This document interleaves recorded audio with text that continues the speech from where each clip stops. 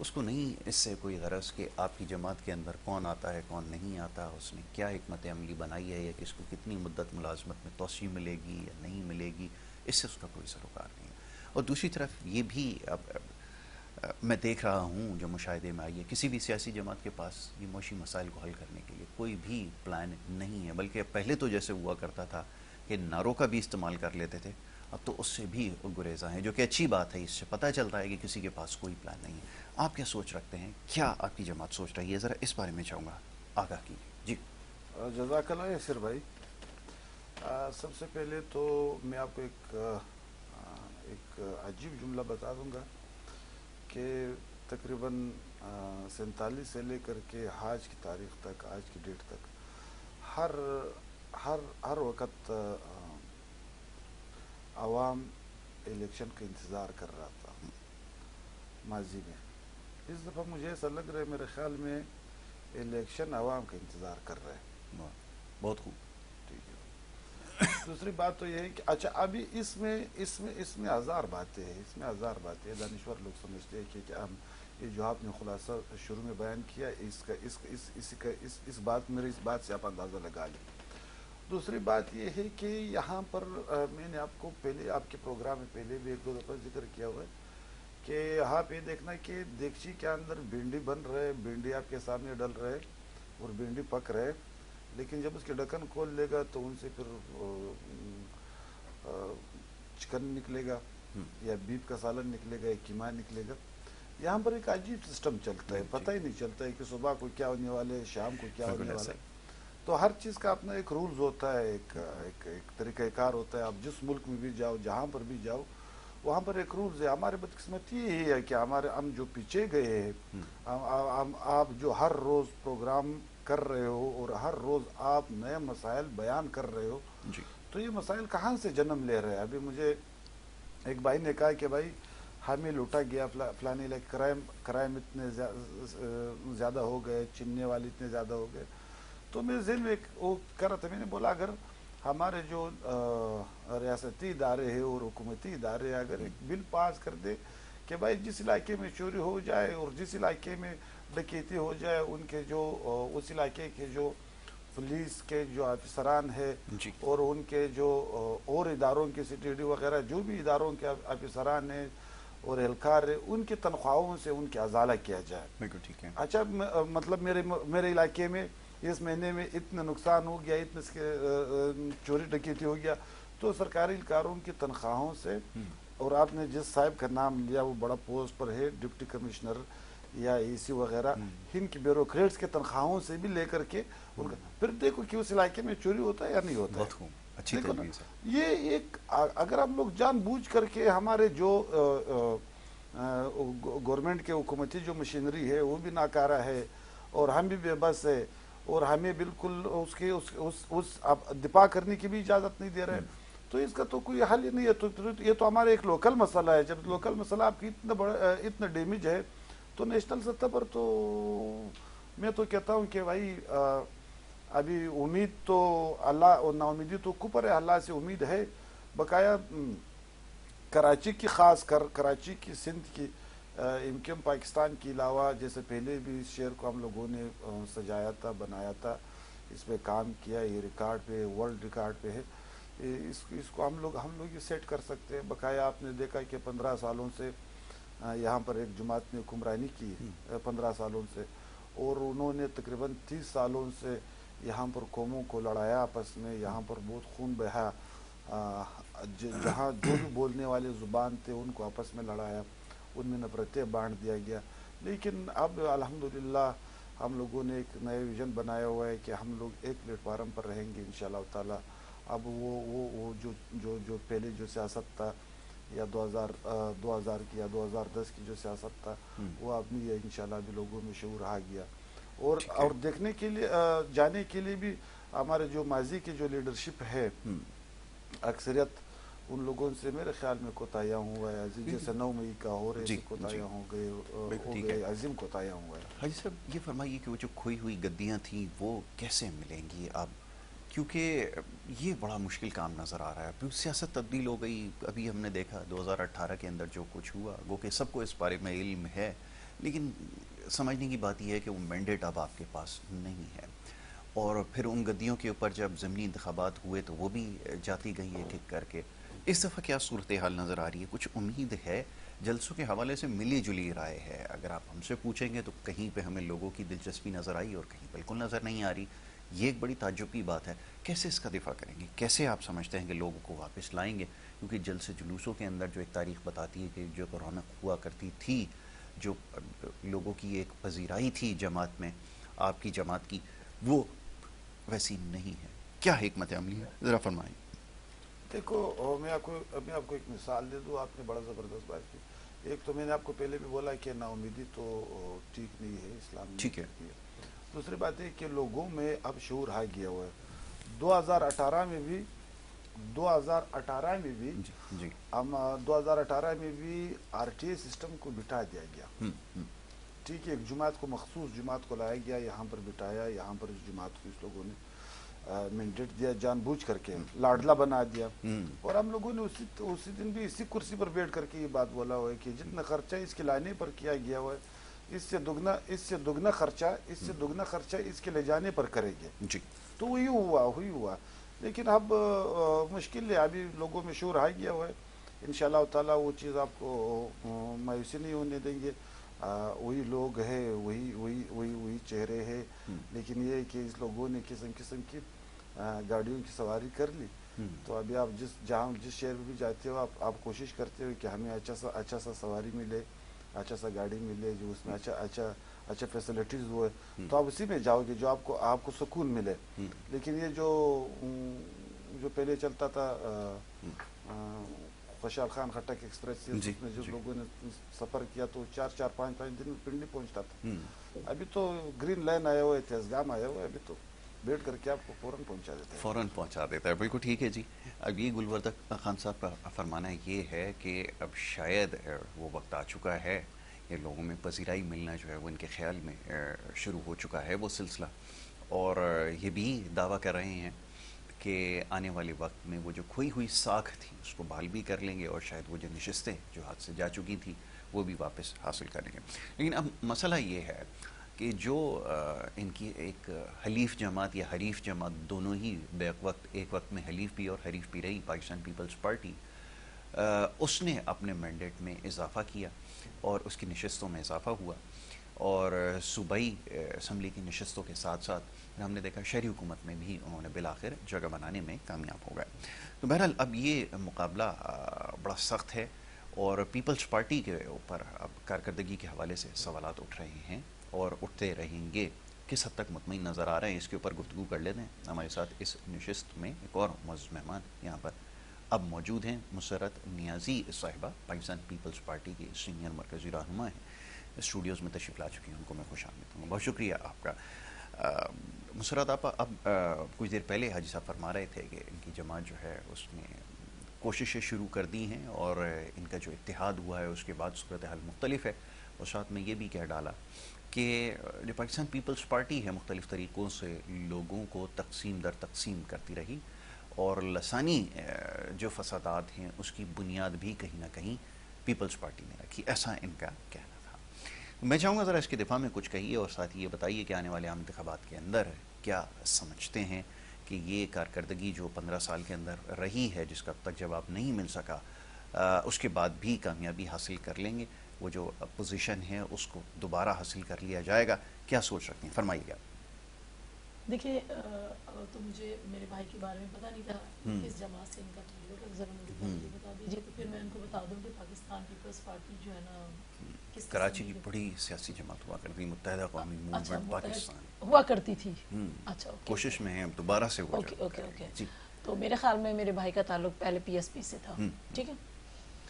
دیکھیں بات دراصل یہ ہے کہ میرے لیے بڑے قابل احترام ہے میرے بھائی، لیکن کسی بھی شخص کو یہ لفظ کہتے ہوئے شرم آنی چاہیے کہ پاکستان پیپلز پارٹی جو ہے نا اس قسم کی سیاست کرتی ہے کہ تفرقے ڈالتی ہے، یا وہ مختلف زبانوں. دیکھیں پاکستان پیپلز پارٹی کا تو مسئلہ یہ ہے کہ اس کے پاس ایسا بنچ ہے جو ہر رنگ ہر نسل کا پودا اس میں لگا ہوا، اور ہر رنگ نسل کا پھول اس میں لگتا ہے، اس گلدان میں. اور تعصب کی جہاں تک بات کی جائے تو بڑی مجھے اس میں معذرت کرنے والی بات نہیں لگتی ہے کہ معذرت اس چیز پہ کروں جو غلط ہو بات. تو تعصب کی ہوا ہمیشہ سے، بلکہ تعصب کی ہوا کی بنیاد رکھنے والی ہی متحدہ قومی مومنٹ تھی، جو متحدہ سے پہلے مہاجر قومی مومنٹ تھی. پھر انہیں پتہ چلا کہ اس طرح سے تو صرف ہمیں مہاجر برادری، مہاجر جو میری بڑی اچھی پڑھی لکھی قوم ہے اس کے ہمیں ووٹ ملتے ہیں، لہٰذا ہمیں اس کو کنورٹ کر کے جب ان کو تھوڑا سا شعور آنا شروع ہوا تو انہوں نے سوچا کہ ہم اس کا نام متحدہ رکھ لیں. لیکن نو ڈاؤٹ وہ ان کا اپنا میٹر تھا کہ انہوں نے کیا کیا، لیکن اس شہر کو تباہ برباد کرنے میں جو رول پلے کیا متحدہ قومی مومنٹ، جو اب کی جو ہے متحدہ پاکستان، تو اس کی بات تو یہ ہے کہ دیکھیں اتنے دھڑے انہوں نے بنا لیے A to Z تک میرے خیال میں سارے موجود رہے، اور اس کے بعد پھر ان کو خیال آیا کہ ہم نے آپس میں ایک دوسرے پر ایلیگیشنز بھی لگا لیے، گالم گلوچ بھی کر لی، سب کچھ کر لیا، اس کے بعد بھی ہمیں کوئی حاصل نہ ہوا. مصطفیٰ کمال صاحب کے پاس ڈولفن آئی تو وہ جتنے گہرے پانی میں بھی جائیں وہاں پہ وہ مر جایا کرتی تھی، ڈوب جایا کرتی تھی، مطلب اس کو تیرنا نہیں آتا تھا. تو یہ سارا سلسلہ رہا، جہاں جب انہوں نے کر کے دیکھ لیا کہ A to Z میں کنورٹ ہو گئے لیکن اس کے باوجود ان کو فائدہ نہ حاصل ہوا، تو انہوں نے سوچا چلیں جی ایک پلیٹ میں دوبارہ بیٹھ کے کھا لیتے ہیں اور دوبارہ ایک سے ہو جاتے ہیں. ہمیں کوئی اعتراض نہیں جی، اللہ کرے کہ وہ کامیاب ہوں، ہم وہ سیاست ہی نہیں کرتے، لیکن تعصب کی سیاست ہمیشہ یہیں سے ابھرتی رہی ہے. اور ابھی بھی دیکھیں، میں آپ کو بڑی معذرت کے ساتھ، مصطفیٰ کمال صاحب نے ابھی یہ جو واقعہ ہوا تھا اس کا بلدیہ ٹاؤن کا، اس حوالے سے کھل کر کہا کہ دیکھیں وہ لوگ، وہ کو سزا مل چکی، کورٹ سے مل چکی، اور اس پر کہہ رہے ہیں کہ یہ ہمارے ہی لوگ ہیں اور ہمیں ان کا ساتھ دینا ہے. ٹھیک ہے، دیکھیں آپ ملزم کے ساتھ آج بھی کھڑے ہو تو اس کا مطلب آپ نے اپنا برین واش نہیں کیا اور آپ کہو گے ایلیگیشن لگاؤ گے پاکستان پیپلز پارٹی. دیکھیں پاکستان پیپلز پارٹی سے میں کبھی نہیں کہتی ہوں کہ ہم نے 100% ڈیلیور کیا، یقیناً کوئی کمی کوتاہی میں برملا کہتی ہوں یقیناً ہوئی ہوگی، اور اس کو بہتر کرنے کے لیے بالکل اس قوم کا نوجوان بلاول بھٹو زرداری صاحب میدان میں انشاءاللہ وہ ہر وہ کام پورا کرے گا جو ان کی والدہ کے مشن سے نامکمل رہا. اور دوسری وجہ ایک چیز اور بھی بتانا پسند کروں گی آپ کو کہ آپ نے کہا 15 سالہ کارکردگی، مجھے نہیں جواب دینا کسی کو بھی، مجھے جواب دینا عوام کو. اور عوام نے دیکھیں بلدیاتی انتخابات کے اندر عوام نے ہمیں ووٹ دیا ہے، ہم پر اعتماد کیا ہے، اور جہاں یہ لوگ کہتے تھے کہ شہری گورنمنٹ اور فلاں، وہ شہری اور دیہی کو جو تقسیم کیا کرتے تھے نا، جو تعصب کیا کرتے تھے، وہ سارا عوام نے ختم کر کے الحمدللہ پاکستان پیپلز پارٹی پہ بھروسہ کیا ہے، یقین کیا ہے، اور میں عوام کی تھینکس فل ہوں. اور اسی طرح سے آپ دیکھ لیں کہ اس شہر کا جو میئر ہے وہ ڈیلیور کر رہا ہے اور آپ کو نظر آ رہا ہے کام کرتا ہے کہ فرق اگر ختم کیا تو کوٹا سسٹم تو آج بھی رائج ہے، آپ اس کو ختم کر کے اس بات کو، اس دعوے کو صحیح ثابت کر سکتے ہیں. ایسا تو نہیں ہوا. دیکھیں میری بات سنیں، جب بھی کوئی بھی سٹنگ گورنمنٹ آتی ہے تو جو اپوزیشن ہوتی ہے، اپوزیشن کے کبھی بھی ابھی بھی دیکھیں یہ جو نگراں سیٹ اپ آیا ہے تو پاکستان پیپلز پارٹی کی گورنمنٹ تھی، انہوں نے کوئی مسلط نہیں کیا، بلکہ میری بہن جو متحدہ کی اپوزیشن لیڈر تھی انہیں بٹھا کر ان سے مکملی مشاورت کر کے یہ سارا سیٹ اپ لائے. تو کیا ہی اچھا ہوتا ہے کہ جب سٹنگ گورنمنٹ میں چاہے میری گورنمنٹ ہو، چاہے ان کی ہو یا کسی کی بھی ہو، تو وہ مل کر اپوزیشن والے اور گورنمنٹ والے اگر کسی چیز کو ختم کرنا چاہتے ہیں تو اسمبلی میں بل پیش کریں، بیٹھ کے ٹی وی میں لیکچر دینا یا میدانوں میں لیکچر دینا نہیں. اصل ایکچول کام جو ہے نا وہ پارلیمنٹ میں ہوتا ہے، اور پارلیمنٹ کے اندر ہی جو ہے نا لا بنتے ہیں. اچھا، یہ عوام کے سامنے آپ نے کہا عوام کو جواب دیں، تو یہ عوام کو جواب دے کیسے ہوں گے؟ کیا عوام میں جائیں گے، جا کر ان سے رابطہ کریں گے، ان کو کارکردگی پیش کریں گے؟ کیونکہ ایسی تو کوئی روایت نہیں ملتی. دیکھیں میں ایک بات بتاؤں کہ یاسر بات دراصل یہ ہے کہ عوام کے اندر جو بھی جائے، دیکھیں کوئی بھی پولیٹیکل پارٹی جاتی ہے تو وہ یقیناً عوام کے پاس ہی جاتی ہے اور عوام ہی سے رجوع کرتی ہے. اور میں سمجھتی ہوں اس وقت اتنا شعور ہے کیونکہ ہمارے پاس more than 67% جو ہے نا وہ ینگسٹر ہیں، تو وہ اس چیز کو سمجھتے ہیں کہ جی جو پارٹی ڈیلیور کرے گی ہم اس سے ووٹ دیں گے، جو پارٹی ڈیلیور نہیں کرے گی عوام اپنا جو ہے نا انصاف کا کٹیرا جو ہے نا چند گھنٹوں کے اندر وہ اپنا فیصلہ سنا دیں گے. بالکل ٹھیک ہے. جی حاجی صاحب، اب یہ فرمائیے کہ جن چیزوں کی نشاندہی کی گئی اس کا انکار کیسے کریں گے؟ لسانیت کی بات کرتے ہوئے اب سوال یہ پیدا ہوتا ہے کہ میرے سوال کرنے سے پہلے بریک کے لیے کہہ دیا گیا ہے تو میں اس سوال کو یہیں پہ روکتا ہوں اور بریک کی طرف جانا ہوگا. بریک سے جب واپس آئیں گے تو یہ گفتگو جاری رکھیں گے. آپ دیکھتے رہیے پروگرام گڈ مارننگ کراچی.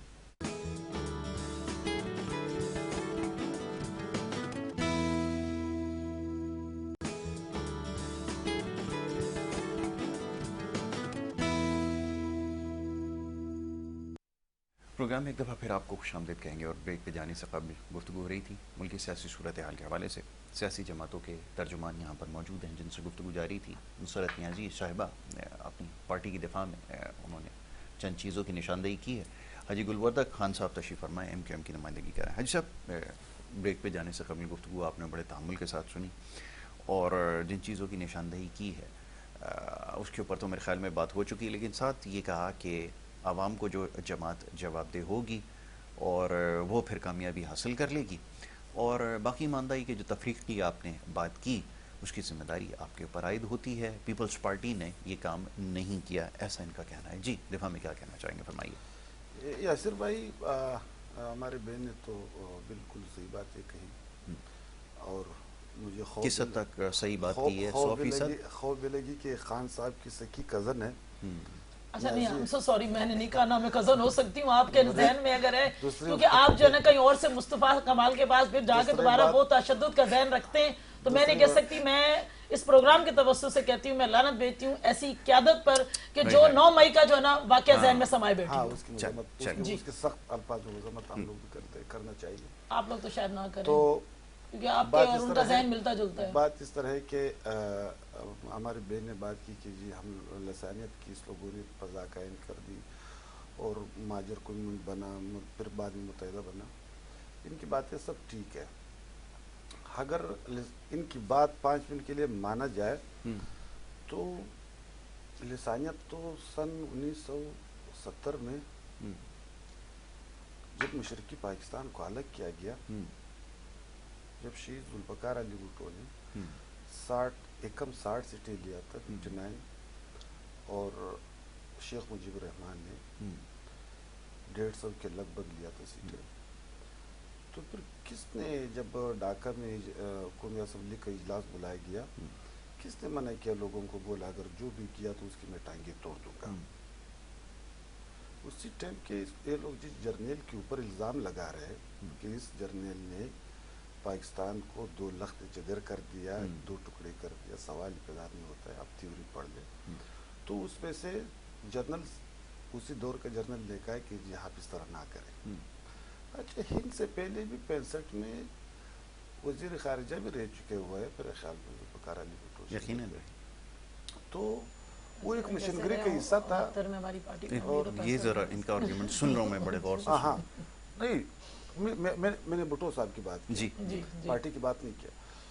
تو اب جو پاکستان کو 2 ٹکڑے کرنے والا شخص اور بنگالیوں کو ہلاک کرنے والا شخص، اگر وہ لوگ یہ کہے کہ جی ہم نے تو لسانیت کبھی نہیں کیا ہے تو ایک تعجب کی بات ہو سکتا ہے. یہ دنیا کی گینز بک ورلڈ ریکارڈ میں پڑا ہوا ہے یہ جو جملہ ہمارے بہن نے کی.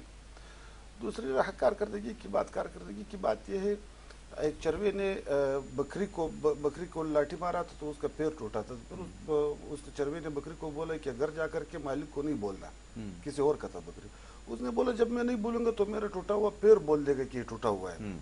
تو اب تو شیر کیا حالت آپ دیکھ لو، آج تک دیکھ لو، چوری ڈکیتی، وہ تو چوروں ڈکیتوں کو تو چھوڑو، ان لوگوں نے 10,242 ارب روپیہ NFC ایوارڈ کا لے کر کے گئے ہوئے. ہمارے بین سے ذرا پوچھو کہ یہ پیسے کہاں پر ہے؟ آپ نے 72-71 چوری کیا تھا، اس میں سے 52 ہم نے پکڑے رنگیا. تو آپ نے کیوں کام کیا تھا؟ آپ نے خود مان لیا. آپ کے صوبائی منسٹر نے خود پریس کانفرنس کر لیا کہ جی ہم لوگوں سے کوتاہی ہوا ہے، یہ 52 ہے 71 نہیں ہے. تو آپ کے کون سے نقطے ہم آپ کو بتا دے ہوئے. تو لسانیت کی اگر آپ بات کر رہے ہو، جس کے میں آج مخالف ہوں، جو بیٹا ہوا ہے کہ اور ان کے آپ کل بھی حمایتی تھے، آج بھی آپ حمایتی ہو.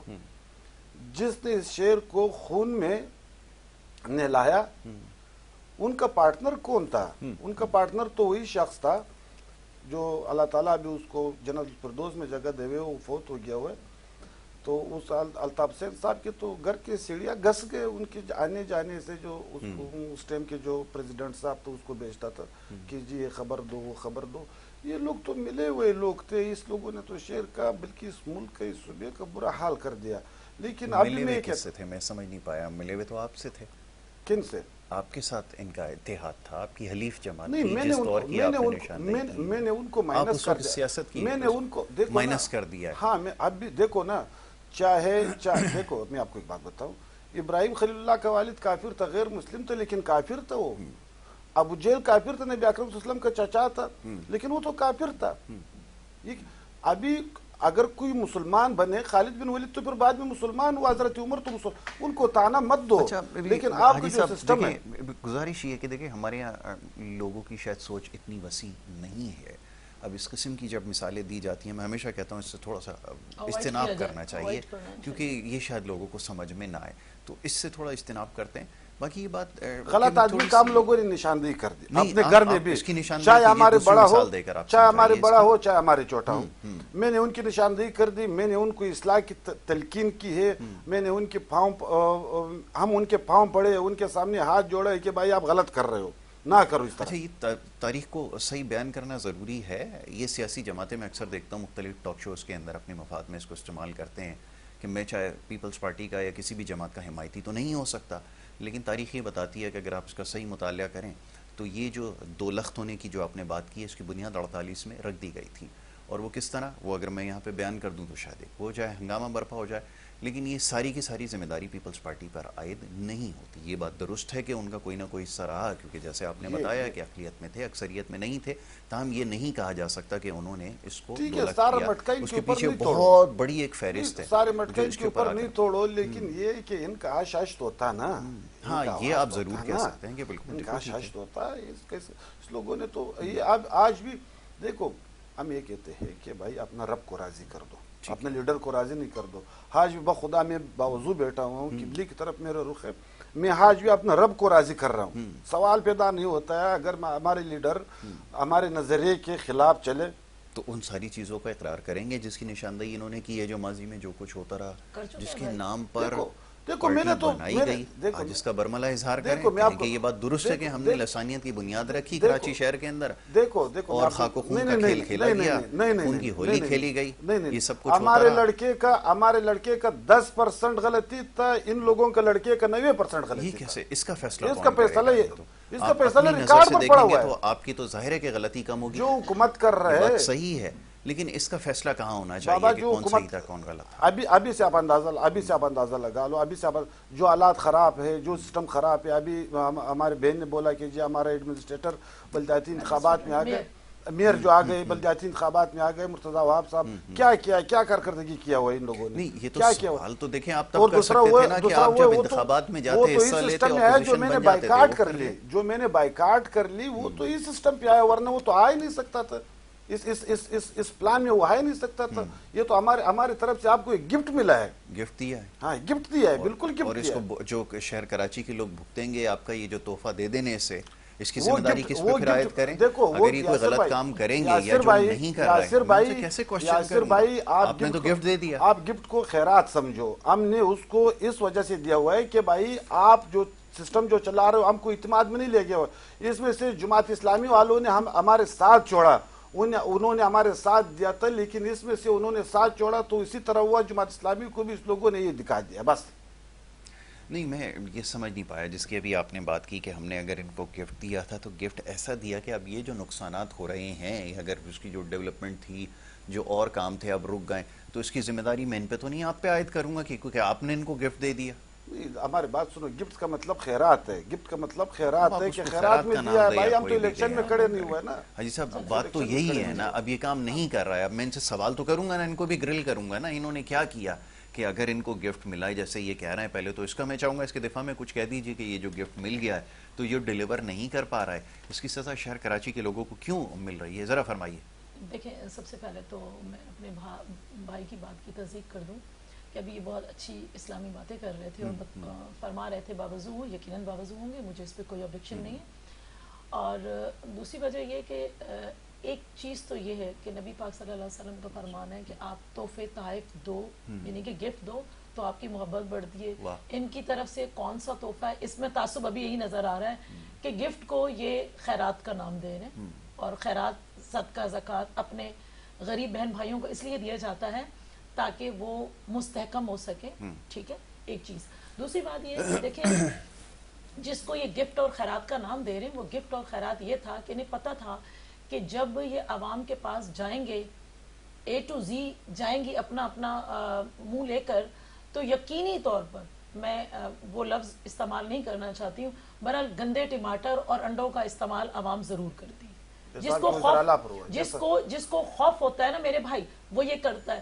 دیکھیں اس وقت جو کراچی کے حالات بہت زیادہ سنگین، دیکھیں پلیز ایک منٹ، اس وقت انڈے جو وہ 300 روپے ہیں اور ٹماٹر تو 400 میں، لیکن گندے انڈے ویسے فری میں پھینکے جاتے ہیں، گندے انڈے ٹماٹر پھینکے جاتے ہیں، اس کو کوئی کام نہیں ہوتا نا.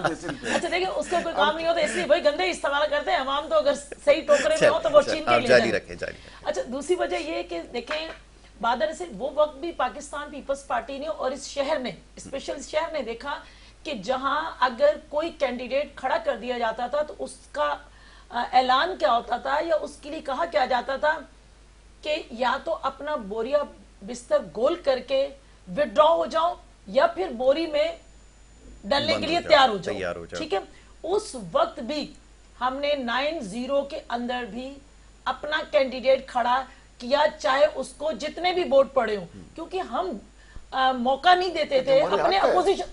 تو یہ بڑا اچھا کہہ دیا آپ نے، خود ہی جواب دے دیا. جمہوری حق ہے، آپ لوگ اپنے جمہوری حق سے کیوں دستبردار ہوئے؟ آپ کو چاہیے تھا کہ آپ عوام میں جاتے، آپ کے پاس کچھ نہ کچھ تو مل ہی جاتا کہیں سے، اور اگر ملتا سنیں اگر آپ کو مل جاتے، دیکھیں ایک منٹ سنیں، اگر ان کو مل جاتے، دیکھیں میں بتا رہی ہوں ایسا بھی ہوا ہے کہ یہاں بلدیاتی الیکشن ہوتے تھے، ان کی مرضی کے ہوتے تھے، اور 50 گز کے گھر میں 200 اور 250 ووٹ جو ہے نا 50 گز کے گھر میں ہوا کرتے تھے، تب بھی پاکستان پیپلز پارٹی نے الیکشن لڑے. دیکھیں پورے پاکستان کے اندر جو ووٹنگ کا کلچر ہے وہ ایسا ہی ہے. نہیں میں نہیں سمجھتی، میں عرض کر رہا ہوں، میں خود گیا ہوں، میں نے انہیں الیکشن کو جس کی جہاں زور چلتا ہے وہ یہی کرتا ہے. کمیشن نے جو کام کیا نا، یقین کریں یہ میں اس کی آئی وٹنس ہوں کہ کئی گھروں میں 50 گز کا گھر ہے، 40 گز کا بھی گھر ہے تو اس میں 70 ووٹ نکلے ہیں.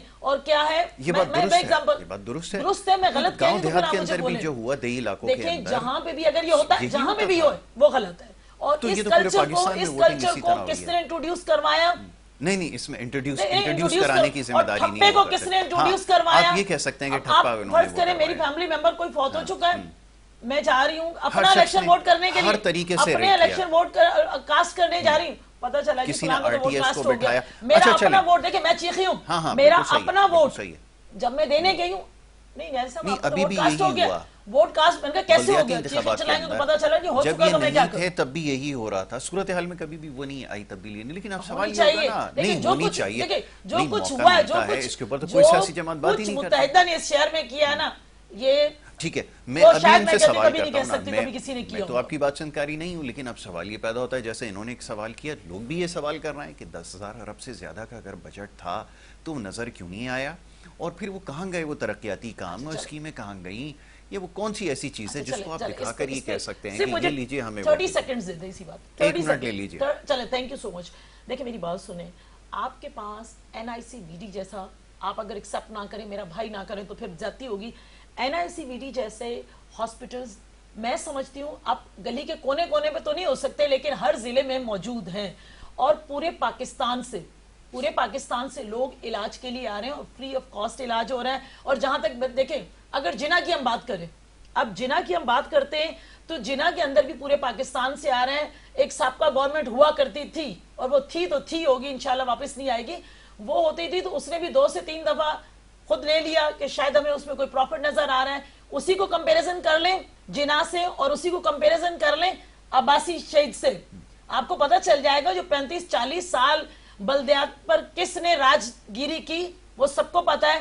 وہ سسٹم بھی دیکھ لیں، اور اب چند ماہ ہوئے اس سسٹم کو بھی دیکھ لیں جو میئر کراچی کا آیا، اس میں بھی بڑا فرق ہے. اور اب اس وقت گورنمنٹ ہماری نہیں ہے، وہ آپ کو پتا ہے کہ اس وقت نگراں سیٹ اپ ٹھیک ہے، لیکن پھر بھی ہم نہیں رو رہے. اس میں دو متضاد چیزیں ہیں جس کے بارے میں ابھی وہ کرنا ہے. ایک تو آپ نے کہا کہ NICVD، اب میں تو یہ سوال کرنے پہ حق بجانب ہوں کہ اگر 10,000 ارب سے زیادہ اگر آپ صرف NICVD اگر ایجوکیشن پہ ہوا ہے، ایجوکیشن ہوا ہے اور کس بدترین کارکردگی رہی ہے صوبہ سندھ کی تعلیم کے اندر. میں آپ کو فیکٹ کے ساتھ میں ابھی آپ کو بھیج دیتا ہوں بریک ڈاؤن اس کا پورا. سندھ مسلسل 4 سال تعلیم کے شعبے میں بدترین صوبہ قرار پایا ہے، بلوچستان سے بھی نیچے چلا گیا.